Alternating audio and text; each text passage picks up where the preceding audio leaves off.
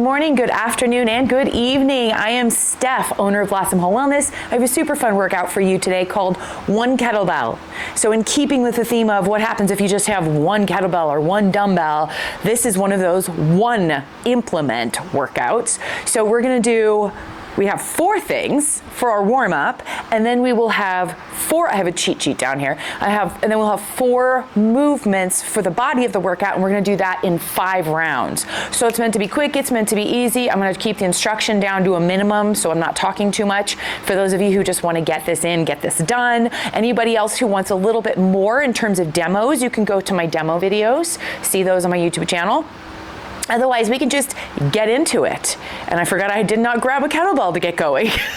So I'm gonna grab conveniently what's located behind me. So I'm gonna start with this guy here. We'll go here.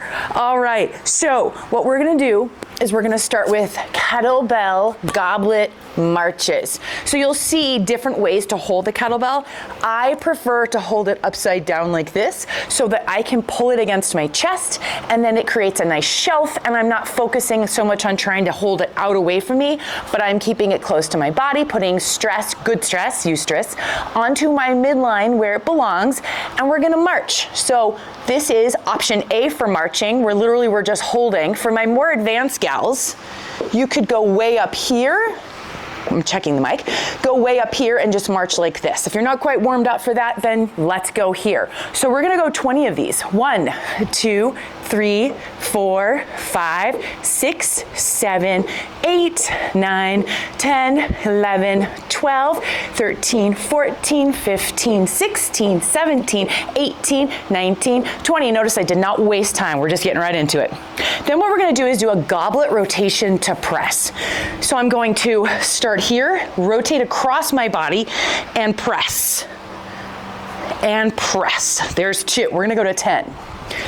3 and 4, so I'm rotating across my body and then pressing in the opposite shoulder. 5, I think, I don't know. 6, back. 7, back. 8, back. 9, and 10. Switch sides.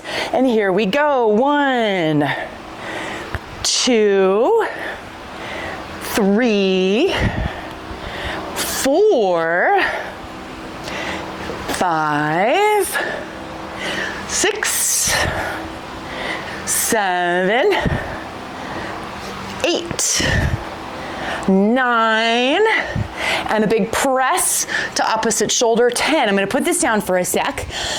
What you will have noticed is you went from holding to now holding and rotating back to this position. So this position gets tired. So feel free to stop, because we're gonna go back to this goblet position and we're gonna do squats. So good old fashioned goblet squats. So I'm going to still have it out near my chest. I'm gonna really drive my hip hinge back, pressing back into my heels, press both of my big toes down, and here we go. So for those of you who need to see what this looks like from the front, that was 2. Here's 3, we're gonna go to 10. 4, other side. 5, oh, my mic just attached itself to, its magnet just attached itself to my mic, to the kettlebell. What is that, 6? I don't know, we've just lost track. And 7, that's really funny, I've never had that happen before. 8, but it creates a really nice little spot there. 9, and 10. I'm gonna take this back. Thank you very much, kettlebell, for your job. Now I have to put this down. I'm so sorry. That's a new one. That's not happened before.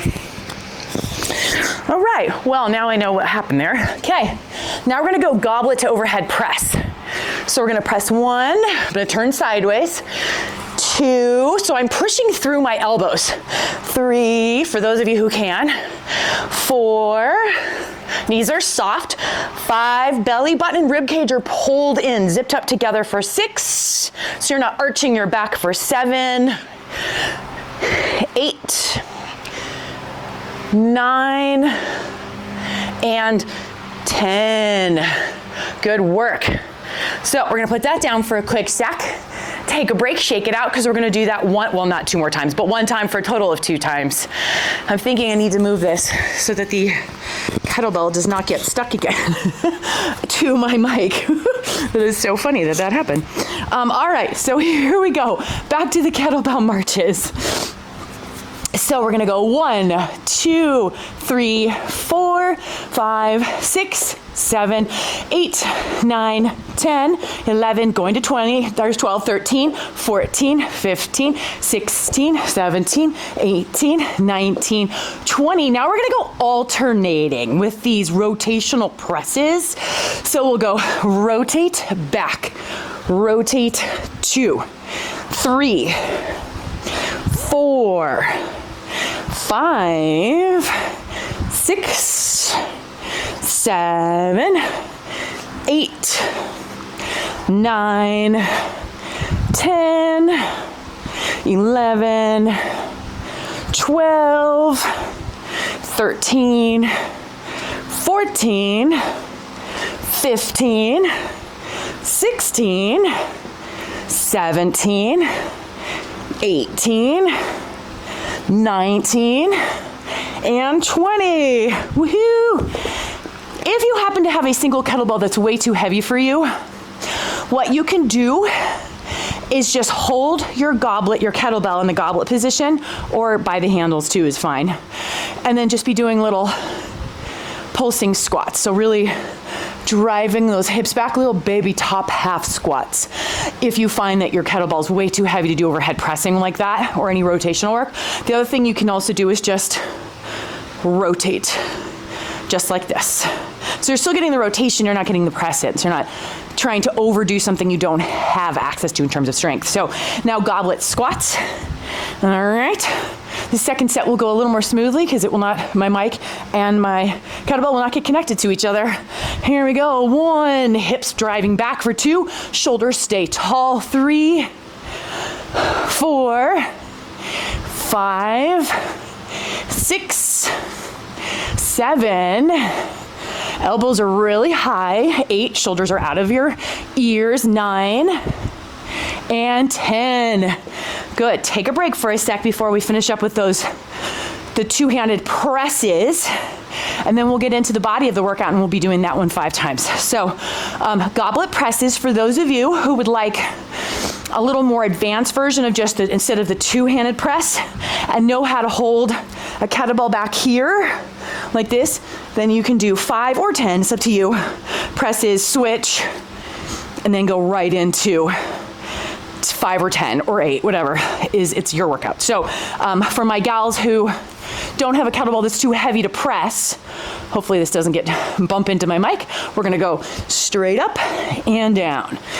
2, 3, 4, 5. This one really challenges your overhead mobility. 6 of your shoulders. 7 in that stability. 8, 9. I'll show you one other way some people will hold it in this position. 10. Some people will hold like this and press overhead this way. So it's really up to you. This probably is better for folks who don't have great overhead stability or mobility because it puts you in a better position. So you might find that's easier for you, and that's fine. You do either one. And then we're gonna have 4 movements. So we're gonna do 5 rounds, 4 movements. We'll do the 4 movements, take a tiny break at the end. That was 1 round. Go back to the top, do the 4 movements, take a tiny break. That was 2 rounds, and so on until we get to the 5th round, 5th and final round, all the way to the end. Sumo squats. So how do you know where your sumo squat position is? So you're gonna get into your regular squat mechanics and then step, step. We're not doing these big Jane Fonda plie squats. I don't like the biomechanics of those. I don't like the position they put women's hips and shoulders and knees and toes and ankles and everything into. So I prefer a slightly narrower sumo because I feel like it does not force women with poor mobility on their back, ankles, knees to push them into a position that they're trying to stay in. So you're going to start with the kettlebell right between your feet, and my hands are gonna come straight down. I brought my butt straight down, so just from the side really quick. straight down here, and then I'm gonna pull straight up. So it'll look just like this. So from the front, here's my regular squat position, step, step. There's my sumo. I could potentially go out a little bit wider depending on what it is I'm doing, but I don't really feel like I have to for this movement. So here we go. Butts goes down, shoulders and head stay up. And here's one. Tap it all the way down if you can. 2, 3, 4, 5, you might find 6, we're going to 8, 7, that your kettlebell is either too heavy or too light, and 8. Now for the high pulls, so you may find certain moves are much easier to do based on the kettlebell you have, and others are much lighter. So sort of you have to find that middle ground if you have choices in kettlebells. Bring your feet right underneath you, and I'm gonna turn sideways, and we're gonna pull straight up, and then come straight down. From the front, it looks like this. I'm dragging the kettlebell up my body, so if it's bouncing into your belly and your breast, that's normal, that's good. I don't want it far away. I don't want you to disconnect from your body. You get a much better short lever pull when you drag it straight up. So some of you will notice your elbows and your shoulders don't really work very well together to drive something up like this. So what I want you to do instead is still staying super tall, nice and stacked, head, shoulders, back, knees, and ankles all stay stacked over the top of each other, is not focused on going all the way up, is to focus on about here and then come down. Because I don't want you to force a mobility you don't have, because then you compromise and you make bad habits and you start moving poorly and cause injuries to yourself. So with that said, you're not gonna pull all the way up if you find yourself doing this, like shoulders and everything come up to your ears, so stay really careful about the choice that you make in terms of how high up your elbows go. We're gonna go to 8. 1, 2, knees are soft. 3, some of you might find squeezing your glutes together. 4, is that 4? I've lost track. 5, squeeze your glutes together. 6, that'll protect your back, get your posterior chain involved, the back side of your body. 7, one more. And 8, down. Now, we're gonna do wood choppers. In the event that your kettlebell is too heavy to do wood choppers, which actually I'm gonna change how I'm doing them. I'm gonna hold like this because I feel like I'm more stable this way. So I'm going to come here. Nope. Oh, that's right, I forgot, sorry. This is how I'm gonna hold it, like this. I find that it is far more stable and safe to hold it like this for myself for the wood choppers. So it's gonna look like this. I'm going to come here, and I'm gonna chop up, down, chop up. 2, we're gonna go 8 per side. 3, 4, so what I'm doing is I'm coming down, and I'm driving through for 5, that's 5.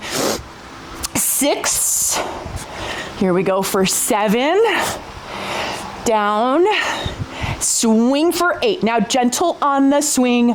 Please be careful if you have back issues. Please be careful if you have hip issues.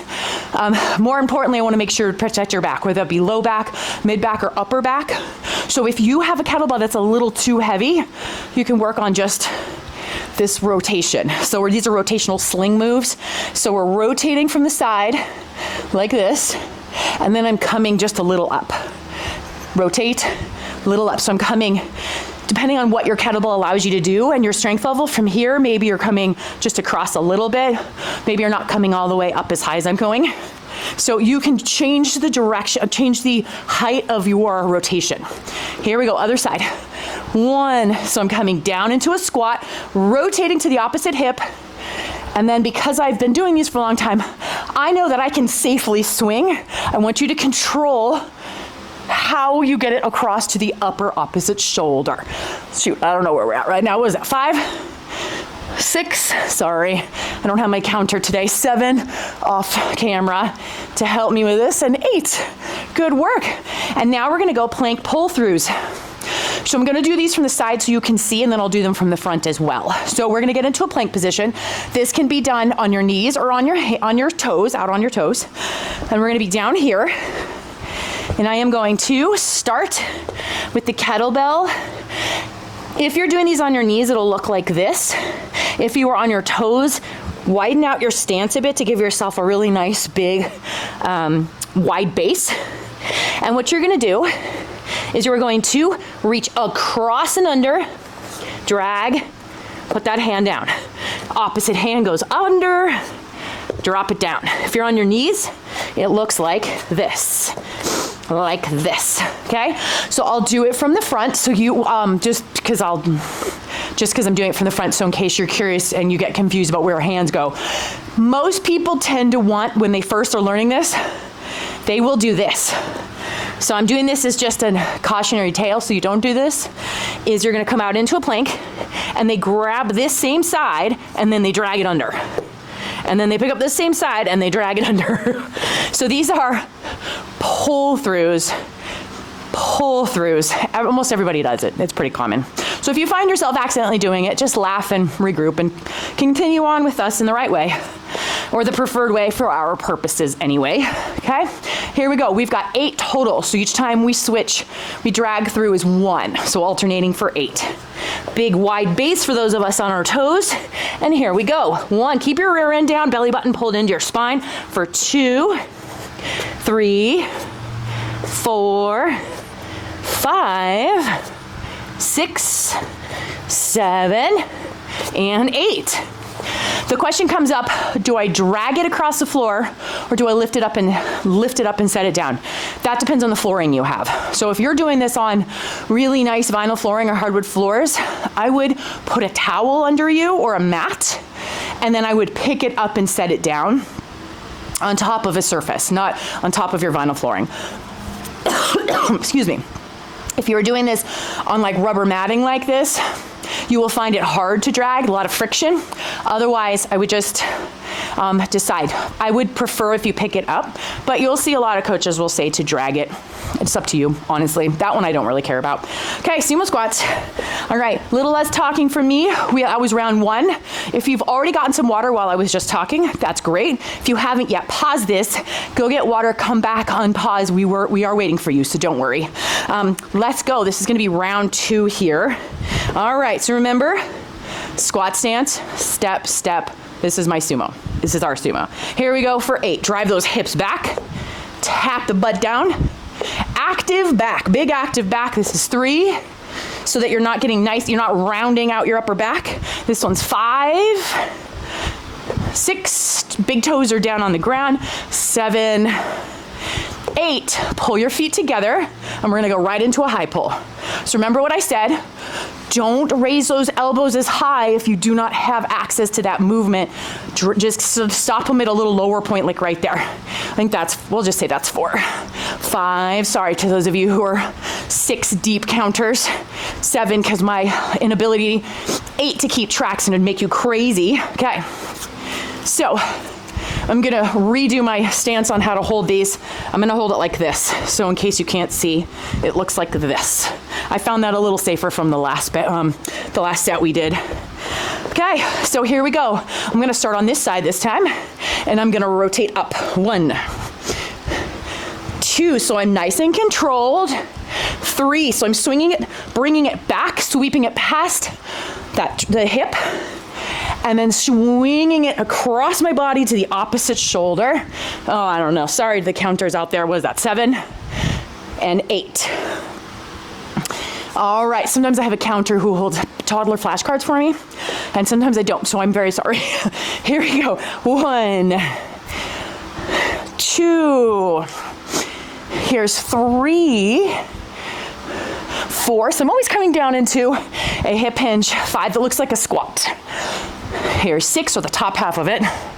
Here's 7. And then here's 8. Notice I'm pausing for a sec. I'm doing that to ensure stability.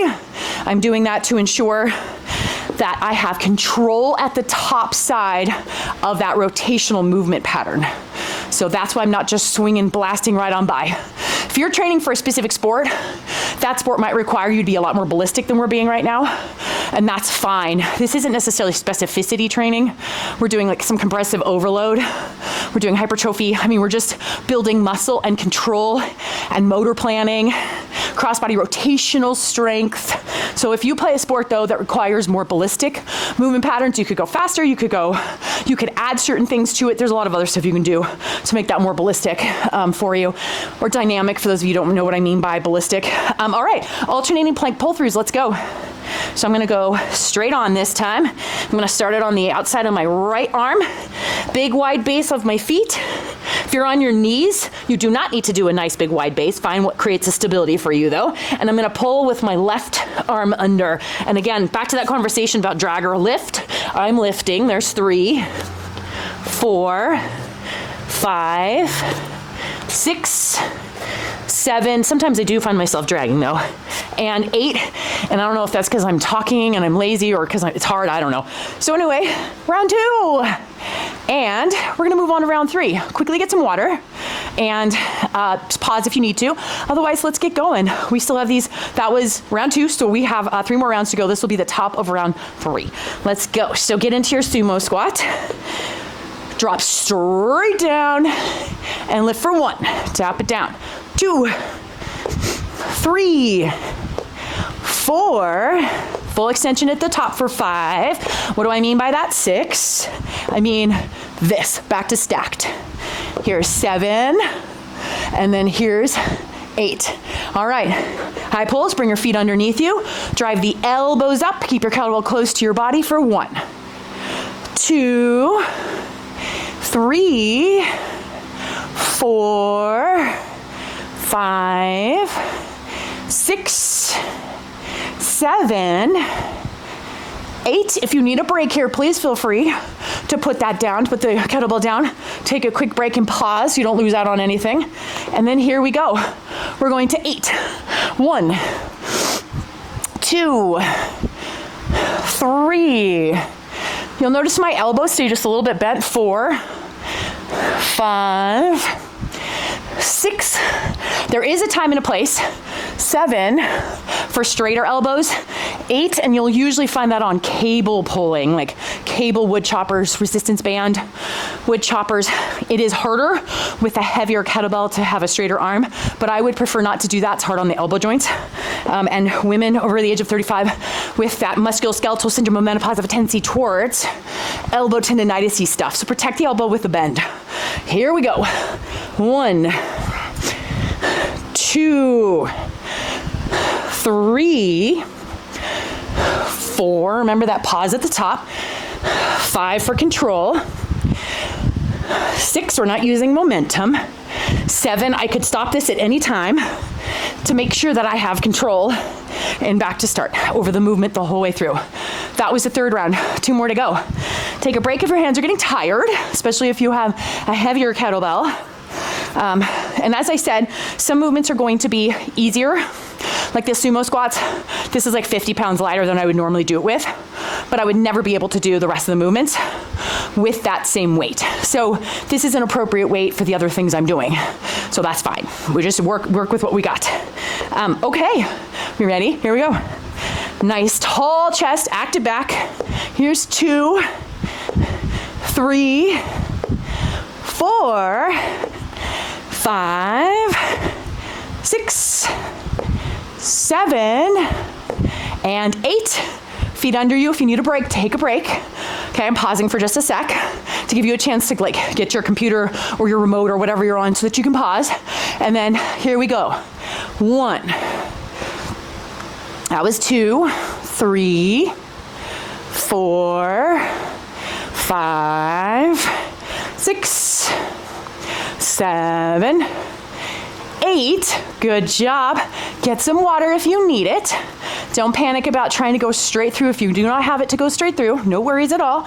We're gonna go 8. I'm gonna bring my feet out to a little wider than my actual squat for these wood choppers. Here's 1, 2, 3, 4, 5, 6, 7, and 8. Good job. Okay, grippy. And back those, get those feet back out. And here we go. 1, 2, 3, 4, 5, 6, 7, and 8. Woohoo! All right, plank pull-throughs. Here we go. I will do these from the side this time. just in case you're wanting to know if you're somebody who's looking in a mirror or taking videos of yourself, do you look similar to the way I look? No, again, everyone's anatomies are slightly different, but there's a theme in terms of how we should look in the form, the starting active form, active muscles, active back, active midline. And I'm gonna bring this to the other side today, just for this round. Here we go. And now it's on my left side, right hand's gonna reach under. 1, we're going to 8, 2, 3, 4, 5, 6, 7, and 8. Woohoo! Good job, you guys. That was the end of round 3. We have 2 more rounds to go. I somehow feel like I've lost a round. It's really weird. I don't normally lose a round. All right, anyway, take a break if you need it. Pause, get some water, or just breathe for a sec. Otherwise, let's go. Get into that sumo position, that sumo squat position. And down we go. Here's 1, 2, 3, 4, 5, 6, big active back, 7, full extension for 8. Feet under you. Take a break if you need to. I'm creating a natural pause so that you can turn this off or pause really fast if you need to. And then up we go. 1, 2, 3, 4. I'm going a little bit faster. 5, because we're pretty warmed up now. 6, 7, 8. Again, not to be a broken record, but go get some water if you need it. Get your feet out there, get a big, good base to be dynamic as we do this crossbody rotational stuff.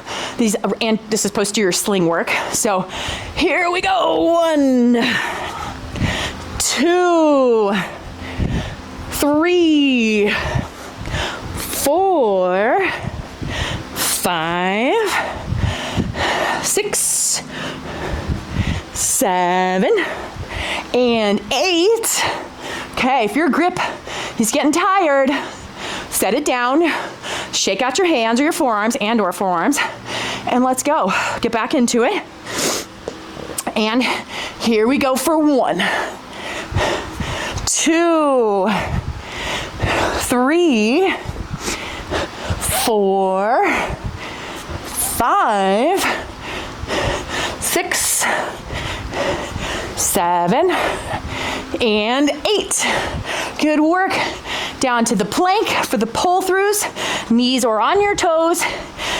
It's athlete's choice. And here we go.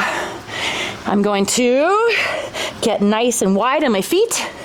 Bring my belly button to my spine. Push up and out of my shoulders so I'm nice and active. And here we go for 1, 2, 3, 4, 5, 6, 7, and 8. Whew, that was round 4.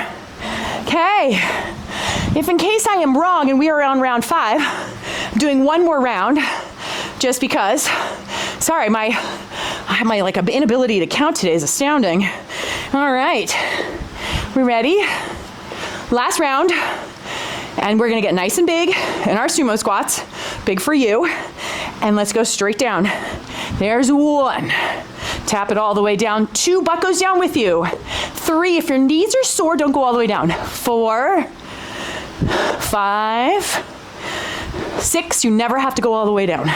7, 8, let's see if we can go all the way through. Pull your feet under you, and up we go for 1, 2, 3, 4, 5, 6, full extension of those elbows, 7, sorry, it's the first time I'm saying that, and 8.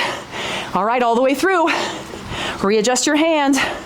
Get into that good wide rotational base here. And 1, 2, 3, 4, drive your hips back, 5, 6, 7, and 8. Woo, spicy, huh? Okay, here we go.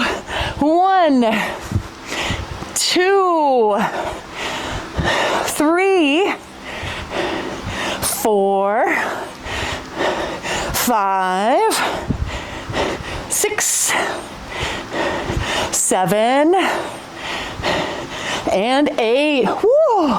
That's a heart rate burner, isn't it? Okay, let's get down here. Last 8, and then we're done, everybody. Okay, big wide feet, and active shoulders, active midline, belly button to your spine, big wide base if you're on your toes, and here we go. 1, 2, 3, 4, 5, 6, 7, and last one, 8. Woo! High five.